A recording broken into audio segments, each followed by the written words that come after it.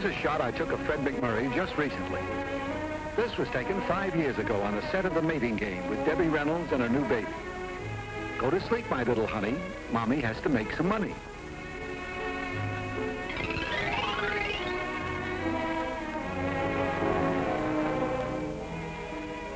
Here's a shot I took 10 years ago on location with Tyrone Power and Linda Darnell.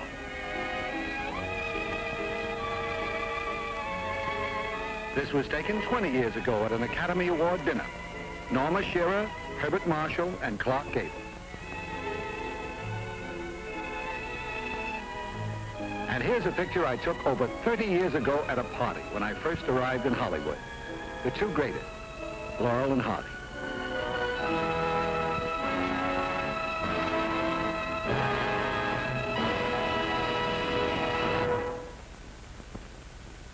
Good evening, ladies and gentlemen. The film you're about to see is not intended to be an epical history of Hollywood. It is not a rehashed saga of the movies. It is merely a day-by-day personal film diary of pictures that I assure you you've never seen before and probably will never see again. Actually, this show has no deeper purpose than to call back pleasant memories of a lively group of people who worked hard and played hard in developing a great industry. Recently, we had a preview of this show, and one TV columnist summed it up this way. He said, everybody over to Ken Murray's house for home movies. Well, I read someplace that amateur photographers are America's largest hobby group. And I must say that they're very well represented in this town. You can see this show has a very expensive camera crew. I have no idea how Cary Grant or any of the others were bitten by the camera bug. But with me, it was very simple. I merely started taking home movies out here to send back to the folks. At first, as an obscure vaudeville actor, taking sightseeing buses through studios and trying to stand in front of newsreel cameramen at premieres. Of course, later on, when I got my first part in a movie at Paramount, opposite Helen Twelvetrees, a long-forgotten little opus appropriately entitled Disgraced. Get a load of that leading man. There's a method actor with no method. But there was some compensation. I did get some great pictures around that time. Here's a shot taken over 30 years ago on the Paramount Studio Street. For you Hennessy fans, that's Jackie Cooper when he played Skippy.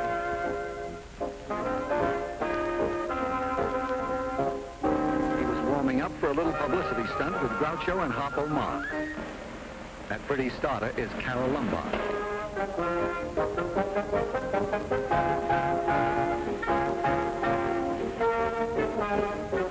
You know, life around the studio seemed a lot more fun in the early 30s.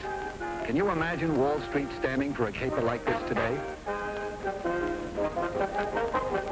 know who Jackie is waving at? Nick Lucas. He came over to have lunch with me.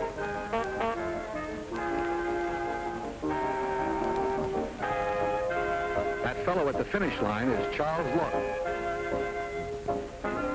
Harpo really gave Jackie a bad time. Yes, there was a spirit of gaiety and excitement on the lot that day. I don't know why that guy's spending so much time on his nose when it's the mouth that needs the attention. Joey Brown was making his first talking. And so was Cecil B. DeMille. I think this was Cleopatra, starring Clutter Cova. Here's a nice guy, Johnny Weissmuller. He was making a date for a premiere that night. Everyone on the lot was talking about that opening. It was a new picture called She Done 'Em Wrong. And no one was more excited than this young man. He was playing the male lead opposite Paramount's newest sensation, Mae West. The voluptuous blonde with the swaying hips and the pungent quotes.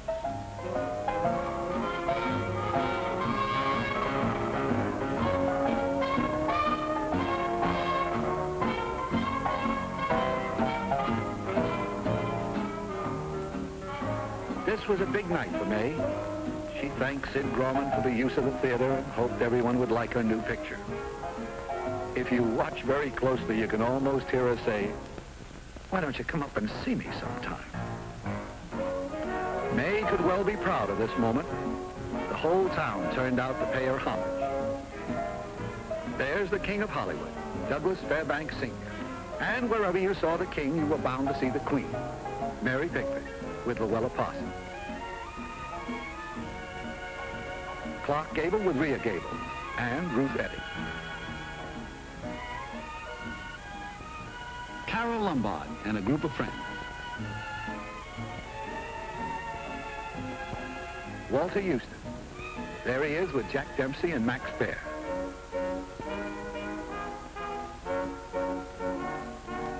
There's Russ Columbo with the beautiful Sally Blaine. She's Loretta Young's sister. Looks like Weissmuller got his date. Lupe Valet. All right, so I'm a bad photographer. I cut off his head. And of course, George Raft was there. Mae West made our first picture with him. The master of ceremonies was a very young Dick Powell. I've taken a lot of pictures of Dick through the years.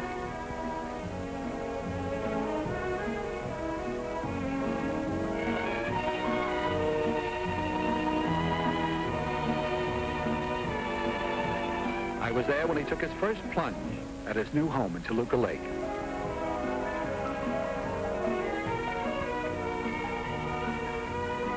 I remember when he got his first car, his first baby, and his first suit with a belt in the back.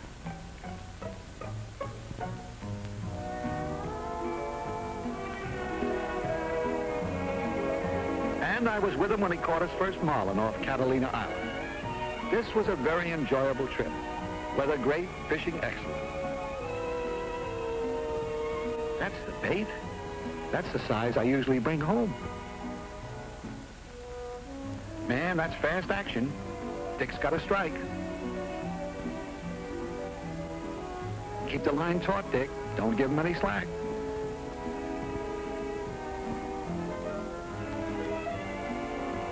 These are always anxious moments when they dance on their tail, trying to throw the hook. This was a dandy, over 200 pounds.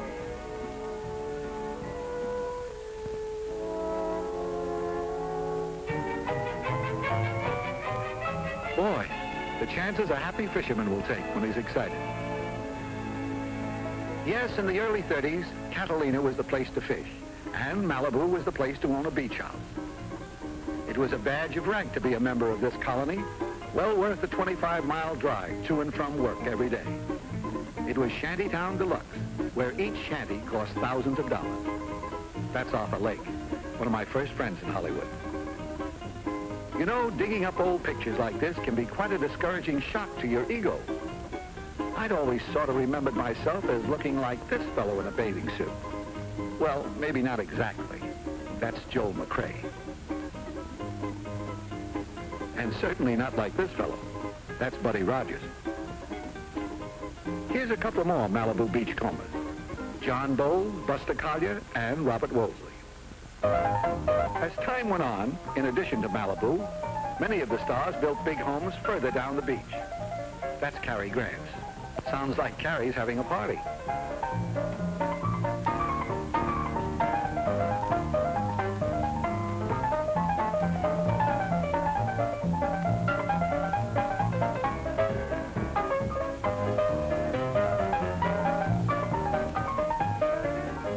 It isn't often that you can catch this guy napping.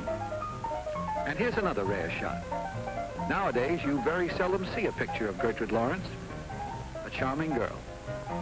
In the same group, Gregory Ratoff, and the beautiful Claire Windsor.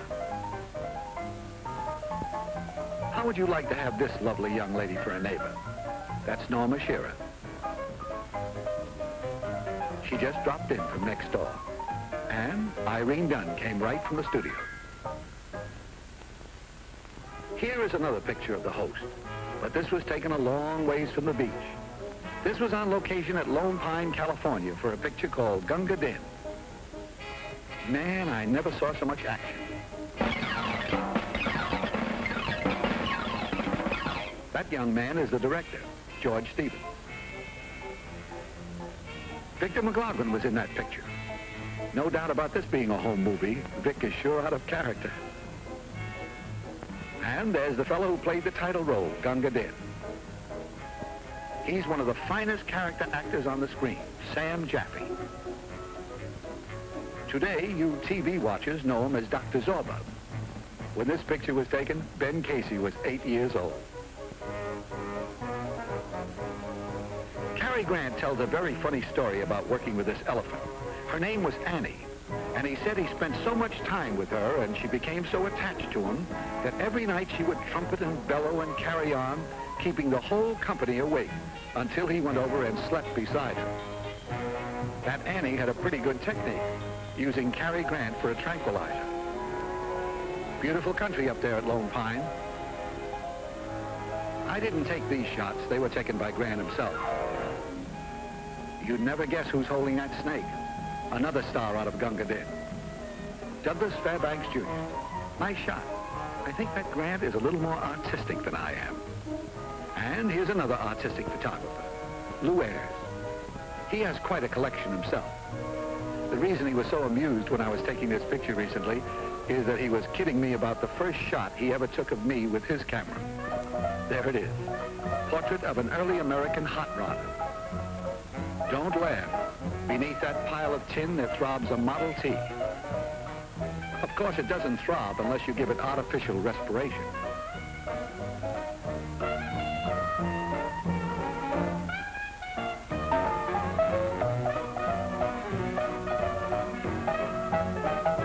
We took a ride up Hollywood Boulevard that day. This is the way it looked in the early 30s. There's the old Hollywood Hotel at Hollywood and Highland. And there's the #1 citizen of Beverly Hills, Mary Pickford. Most of the big stars lived in the hills of Beverly. Here's the home of the most dynamic redhead ever to streak across the Hollywood sky, Clara Bow. And there's the it girl with her husband, Rex Bell, right after they were married. I like Adolph Zucker's description of Clara Bow. He said, she danced even when her feet were not moving. Some part of her was always in motion, if only her big rolling eyes. Here's what happens when you have a little film left on the roll. That's a very young Lew Ayres making like Tarzan. Only in home movies could you catch Lew in a mood like this. Actually, he's always been a very serious young man. It's interesting to note that Lew Ayres got started in movies playing opposite Hollywood's biggest star. This was the first day on the set. And the star, Greta Garbo. Naturally, I didn't take these pictures. These are from Lew's own collection. The movie was called The Kiss, and it was the last silent picture made at MGM. The set was completely enclosed, and a violin and organ were playing the music you are now hearing. Lew said he will never forget this day. This was the first scene they shot, and to add to the tension, just before he went on the set, he was informed that a very nervous director had 3 other young actors standing by, just in case. At this moment, Lew Ayres was 19 years old. Greta Garbo, 22.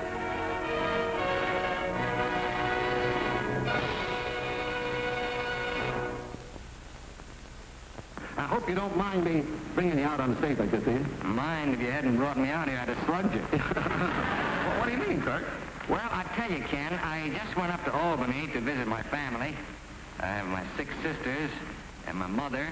And, you know, I'm beginning to think they think I'm rather a failure because I'm not on television. Yeah. You know what my mother said to me? She said, Kirk, now, why aren't you a big star like Ken Murray? Oh, a natural reaction.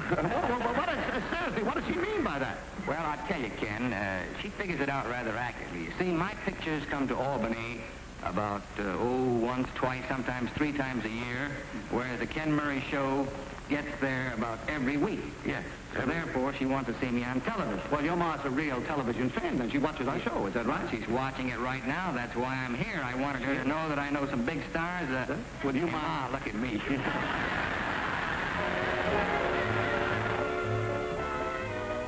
That scene, of course, was taken some years ago. The occasion being Kirk Douglas's first appearance on television. At a time, I might add, when Hollywood frowned upon its stars appearing on the little 10-inch monster. 10 years passed before I got any more film on Kirk. But recently, I caught up with him in the forecourt of Gorman's Chinese Theater. He was signing the cement autograph book, carrying on a tradition that is one of the few active reminders of the glamour that made Hollywood great. Kirk Douglas became the 137th movie star to put his handprints in this Hall of Fame. Now I know what those poor newsreel cameramen go through. Shooting from the hip with a camera in a crowd like this is not the easiest thing in the world. But Kirk was very helpful. He arranged for me to get a very close shot when he put his hands in that sticky, gooey cement. He pulled a funny gag on me. Just before it all started, he said, "Ken, this personal appearance stuff makes me nervous. Stick close to me, will you?" And I did. For 3 days, my barber had to shave me with a chisel. This was only the second time I'd ever attended one of these shindigs. The first time was over 30 years ago. I'll never forget what a kick this was, to see Tom Mix in person. He'd been my boyhood idol on the silent screen since those days when I would go to the Nickelodeon with my pop every Saturday afternoon. I got to know him pretty well in his later years. This film was taken at his ranch in 1940. Tom was the first of the true cowboys and had a real exciting life. He began punching cattle at the age of 12. At 18, he was a Rough Rider with Teddy Roosevelt, then a Kansas sheriff and later a Texas Ranger. I had to send this picture back to the folks. That's the original horse, Tony, who was 30 years old at that time. Tom Mix told me that day that he came to Hollywood in 1910, determined to make $1 million. Well, he made it, and spent much of it on high-spirited horses, high-priced cowboy duds, and high-powered automobiles. You know, it's ironic that this man who had risked his life hundreds of times in daredevil stunts on horses should meet his death in an automobile. He was killed in this car 2 weeks after this picture was taken. And here's the fellow who introduced me to Tom, Johnny Mack Brown, quite an athlete himself. All-American football player, movie star, and one of the nicest fellows you ever met. Pretty fair horseman, too. Oh, well, you can't win them all. I lived with Johnny Mack for a while. We went to a lot of rodeos together. I got pictures of Hoot Gibson and Buck Jones. We even visited Hopalong Cassidy on location.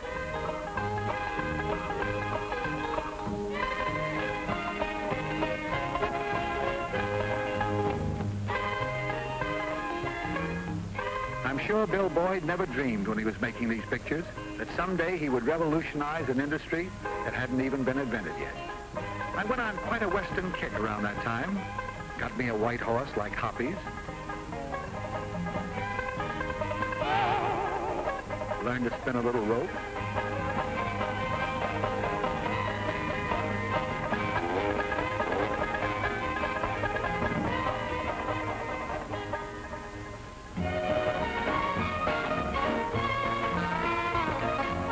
So that in the early 40s, when Jack Warner invited me to be the MC on a junket to Virginia City for a big premiere, I was really in the mood. This was a real exciting trip.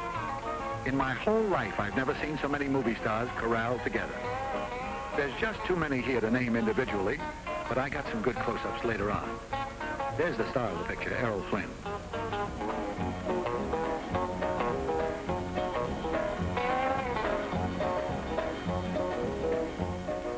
First stop, Reno.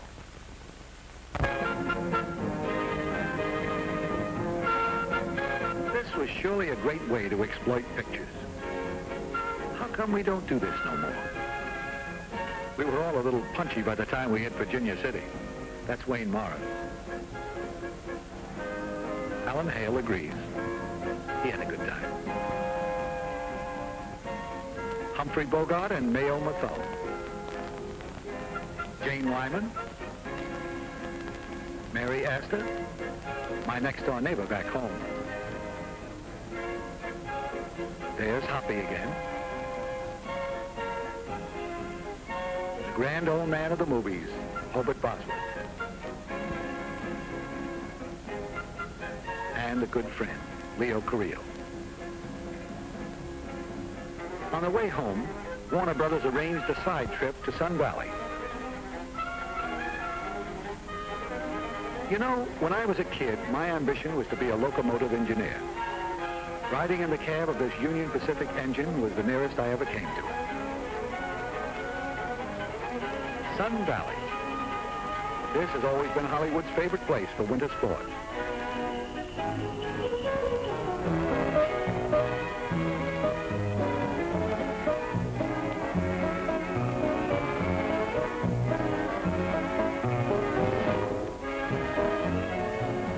gal on vacation, June Allison.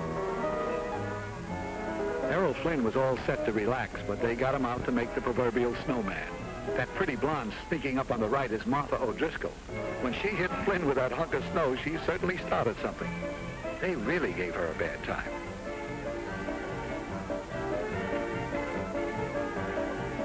That's Johnny Weissmuller. Wayne Morris.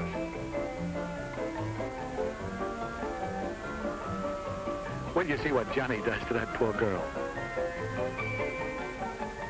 That's Reggie Gardner. This is one of those wild Hollywood parties you're always reading about.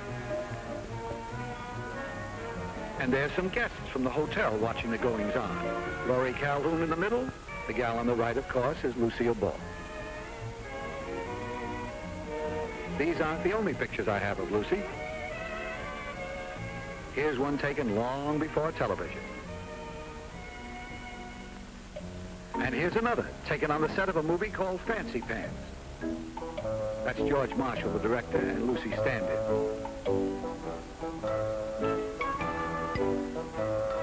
And there's a co-star, old Ski-Nose Hope.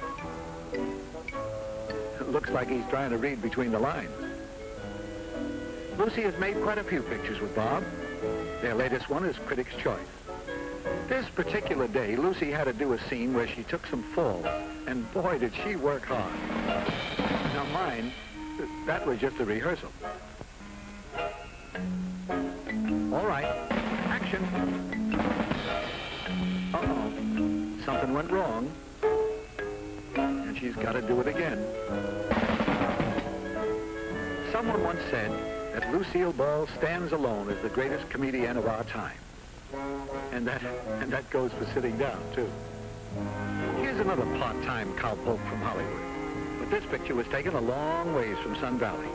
I took this at the El Mirador Hotel in Palm Springs. That, of course, is Robert Taylor.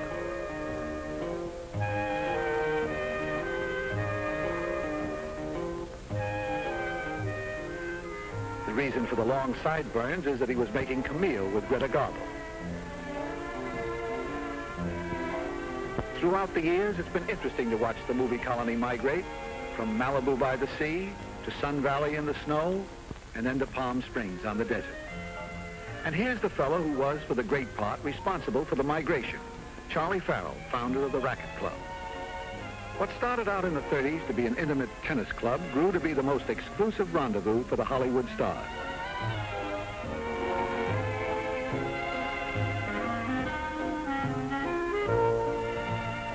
In the late 40s, I spent my honeymoon here.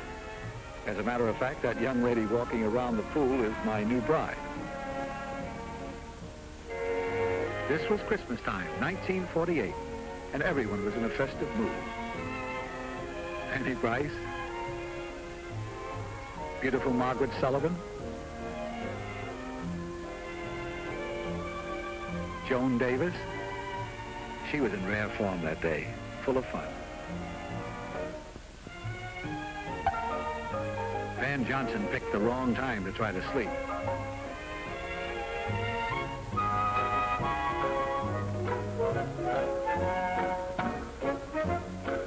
Here's one of the prettiest girls ever to grace the screen, Donna Reed. Today, most people associate Donna with her TV husband and family. But in real life, this is the lucky guy, Tony Owen. I was so pleased everyone was so nice to Betty Lou. She really got a big kick out of meeting Frank Morgan. Edgar Bergen took her for a ride in his new plane, and Cary Grant invited her to play tennis.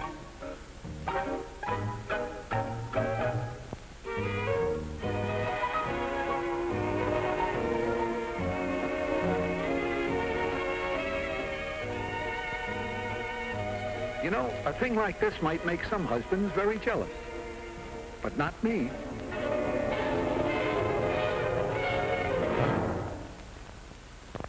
When you've collected home movies for over 30 years, you naturally accumulate an awful lot of pictures. I'd moved around a lot in the last 3 decades, so locating and looking at miles of film for interesting shots was a king-size scavenger hunt. It's like rummaging through an old attic. You turn up a lot of junk, but occasionally, if you're lucky, you may find a rare masterpiece. And I think I did. It was a long-forgotten can of film. Lifting the lid was almost like opening King Tut's tomb. For inside were pictures which no one had ever seen before, home movies, taken years ago within the confines of the largest, costliest, and most imposing private estate on the North American continent, San Simeon, the fabled citadel of William Randolph Hearst. Located a little over 200 miles up the Pacific coast from Hollywood on a high peak of the Santa Lucia Mountain. This past summer, I revisited San Simeon. The last time I was here was by invitation, but today it's open house for everyone in the world. I paid my admission fee and was one of the 2,000 tourists that day who took the 5-mile bus trip up the Enchanted Hill.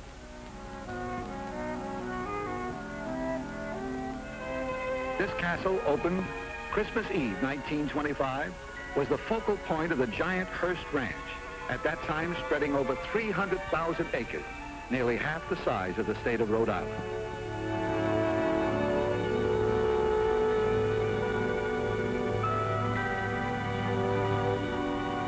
La Casa Grande, housing the largest private collection of art objects in the world, valued at over $50 million. Mr. Hearst called it his little hideaway.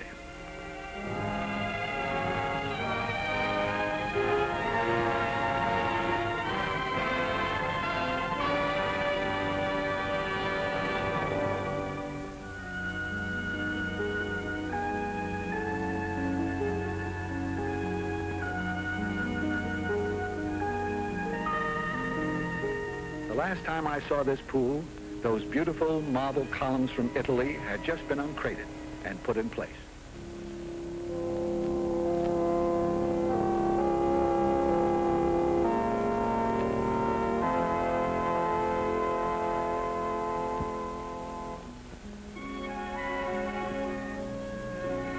I slipped away from the tour for a moment to see if there were any changes in the guest houses.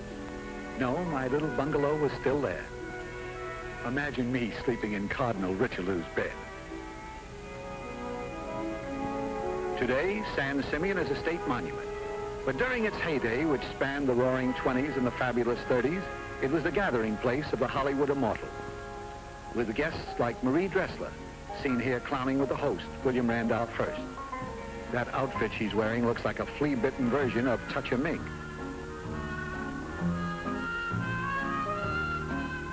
That pretty blonde over there with the short bobbed hair is Marion Davies.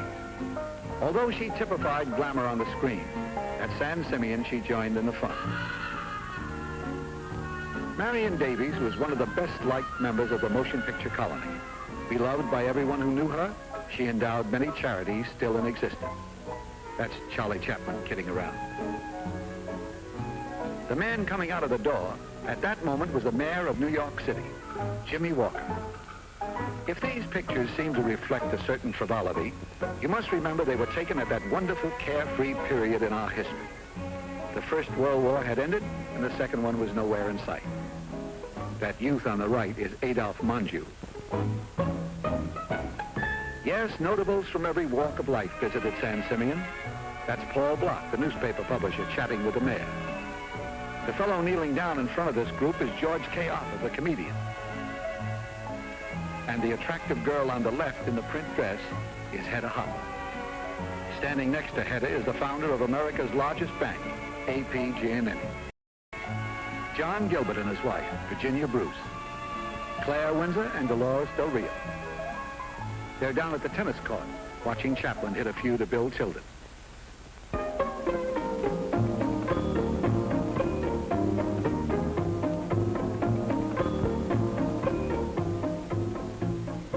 That teenager on the right is Carol Lombard. Nothing pleased the host more than when everybody got out of doors in the afternoon to take part in some group activity. He was proud of San Simeon and eager for his guests to enjoy it to the full. Many people have the sense of acquisitive possessiveness, but William Randolph Hearst was the only man ever able to indulge it to the hilt. But it was a strange paradox that that this fighting giant of journalism with all his vast collection of material wealth should also have a tender passion for the treasures of nature, flowers, trees, and animals. Yes, Mr. Hearst was a happy man at San Simeon. Whether he was conducting business with his secretary or welcoming a famous guest like Lindy. In town, he was very reticent about having his picture taken, but up here he seemed to have no objection. He'd even kid about it. Part of the daily routine was to move the guests to the adjoining zoo to witness the feeding of the animals.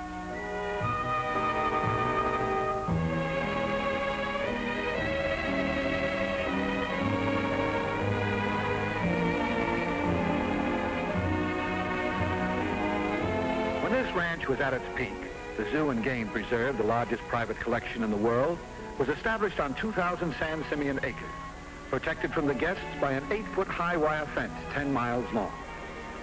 Visitors were made aware of Mr. Hearst's tenderness toward animals when they drove up the mountainside, as they were confronted by large signs admonishing them to always drive slowly.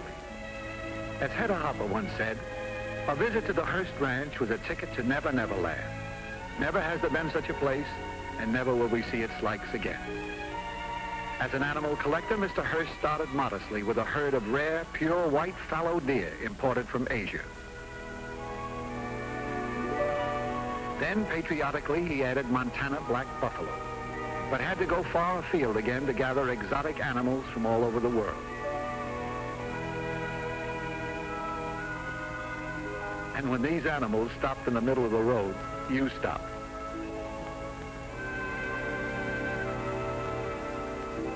Yes, there was hardly anything in the Bronx Zoo or any other great American collection that could not have been found at San Simeon at its peak.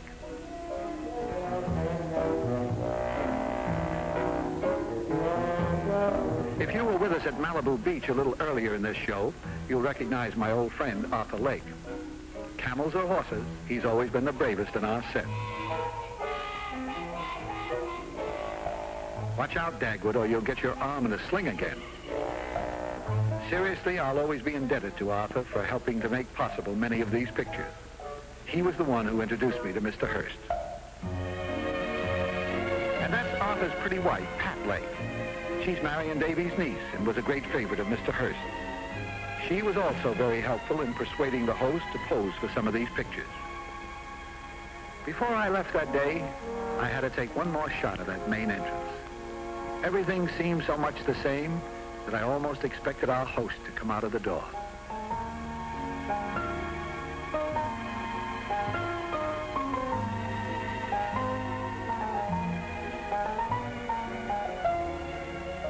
This next shot was Mr. Hearst's own idea. He said, let's make believe the camera's running backwards.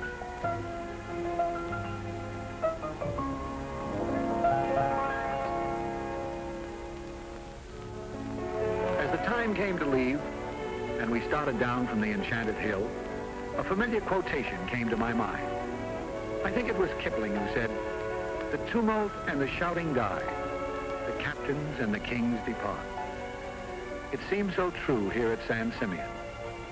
Long after its builder's vast newspaper chain and political influences are forgotten, he will be remembered as America's greatest art collector and the creator of San Simeon.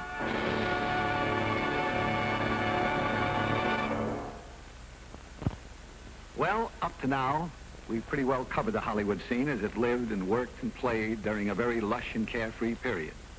Roughly that quarter of a century of miraculous prosperity between the arrival of sound pictures and the threat of the television age. Of course, I didn't take all these shots, and I may have mixed up some of the times and places, but after all, it's very difficult to remember everything that happened over that long a period. But I'm giving you the same treatment I gave my folks. I was never one to spoil a good story by the lack of a few facts. Naturally, my camera couldn't capture all that was happening throughout the years, so during the 12 months that it took me to prepare this show, I went through thousands of feet of home movies from the personal collections of these stars here in Hollywood. And this is as good a time as any to express my appreciation to all these friends for permitting me to add some of their exclusive film to my own personal collection. Film which obviously was only intended to be shown within the confines of their own living rooms for the amusement of their family and friends. And today, with Hollywood using the whole world for location, there's plenty of opportunity for these camera buffs to get very unusual pictures. Here's a fellow who had a most interesting experience in Africa, Eddie Albert. You are now going down the Ogawi River in French Equatorial Africa.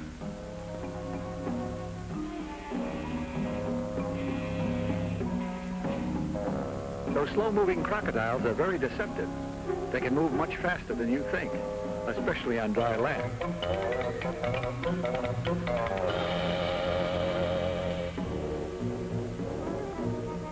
Miles from civilization in a little settlement called Gabon is a small jungle hospital run by one of the most dedicated men of our time, Dr. Albert Schweitzer. I sure envy Eddie. What a great picture to hand down to your grandchildren.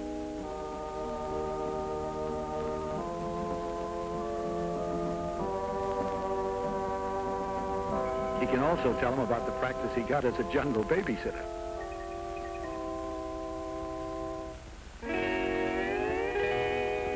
In the last year or so, I've taken a couple of overseas trips myself, but to places where the natives were a little more sophisticated.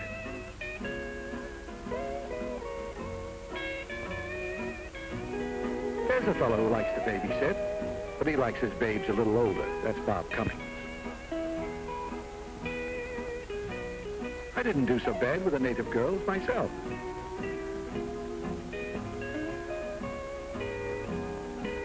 But when Cummings went out for that surfing stuff, I went back to shooting pictures. He's pretty good, too. This was taken from an outrigger. Just to show you how the jet age has shrunk the world to a sleeper jump, one morning I took this picture of Bob riding a surfboard off Diamond Head. And 14 hours later, I took this picture of him riding a rickshaw in Hong Kong.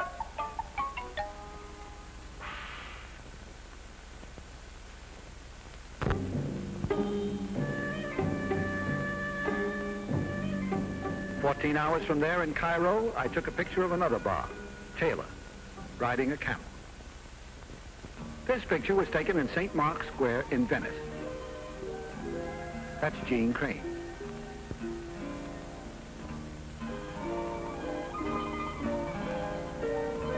There's only one thing to do in this town.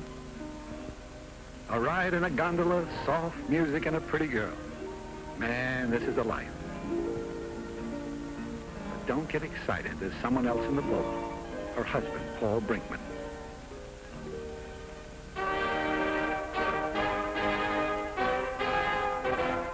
It was winter when we hit merry old England. And of all the unlikely people to meet at the Tower of London, especially where Anne Boleyn had throat trouble, was this fella, Pat Boone. If there's any doubt that people around the world still regard Hollywood stars as a glamour symbol, they should have been with me in Nice this past summer. Hundreds of people lined the streets and cars were locked bumper to bumper watching Glenn Ford and Hope Lang shoot a picture called The Grand Duke and Mr. Pym.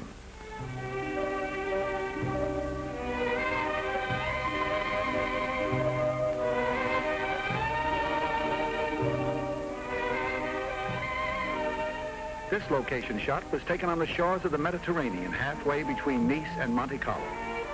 They did a very interesting thing the day I was there.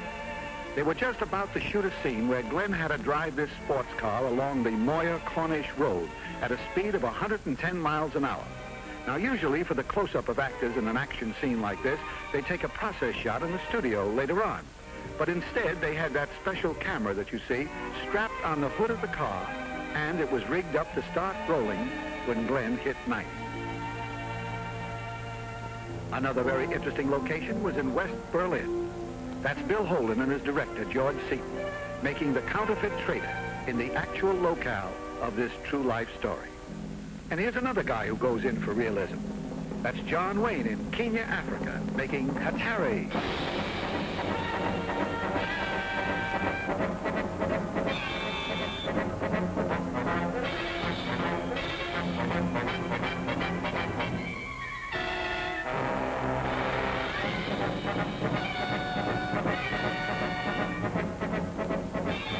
This shot is not in the picture.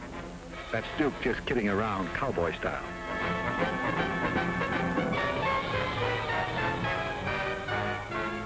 Yes, they're shooting movies all over the world, but they're still making great pictures in Hollywood. Just recently, I worked in one at the Disney studio called The Son of Flubber. It was a sequel to Disney's big comedy hit, The Absent-Minded Professor. Fred MacMurray was the star. Fred seemed to get a kick out of my camera assistant. I had the whole family working that day. Those are my two daughters, Pammy and Janie. Incidentally, the minute they got inside the studio, the first thing they wanted to do was to meet Uncle Walt. We finally tracked them down on the studio street.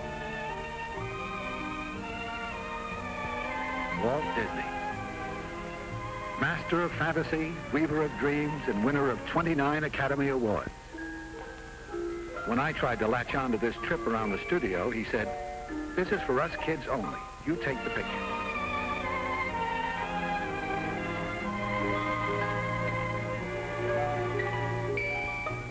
But I hitched a ride in the rumble seat. For my two little girls, this must have seemed like a ride on the flying carpet.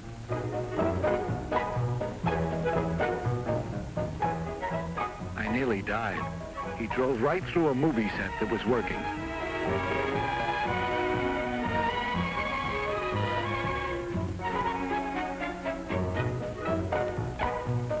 Incidentally, this is their first attempt at photography. Can't you tell?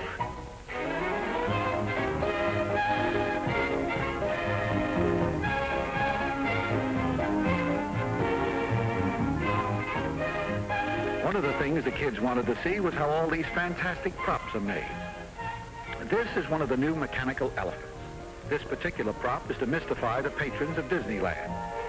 It sure fooled the kids. I'll bet it could even fool another elephant. You know, it's almost like a symbol of the terrific growth of Disney, from a mouse to an elephant. As my two kids followed their favorite Pied Piper down Mazzaro Street, it occurred to me that here is surely the Hans Christian Andersen of our time. Hollywood can well be proud of this man, who, the mere mention of his name in any nation throughout the world, brings a happy gleam of anticipation to all those who are young at heart.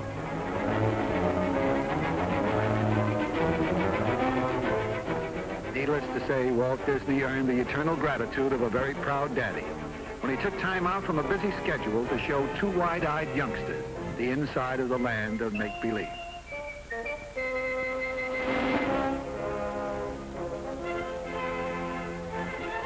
I don't think the girls were as impressed with Daddy's heroics as they were when Fred MacMurray invited them for a ride in the Flubber car.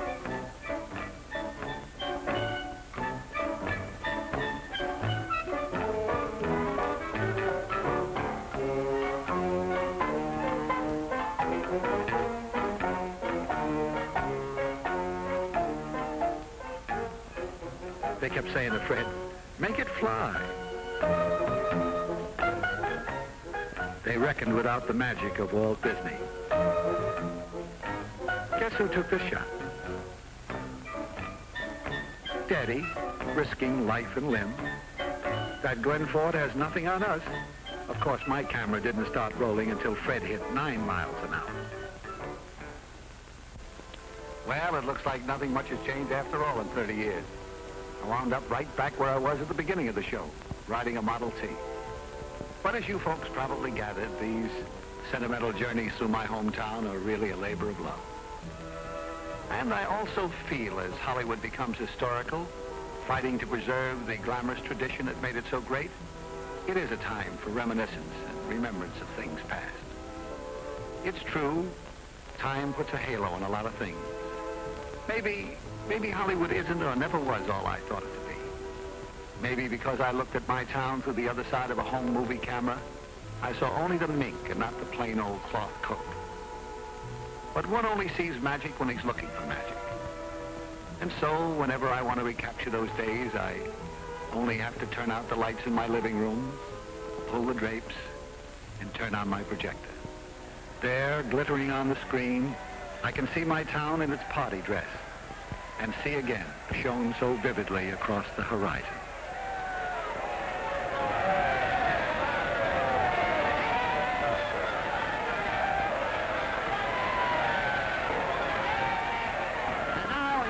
the young lady who has created a real sensation in the picture business, having won all kinds of awards as the #1 newcomer of the year. And believe me, a swell gal with it. Take it from me, I know her for a long time. Miss Marilyn Monroe.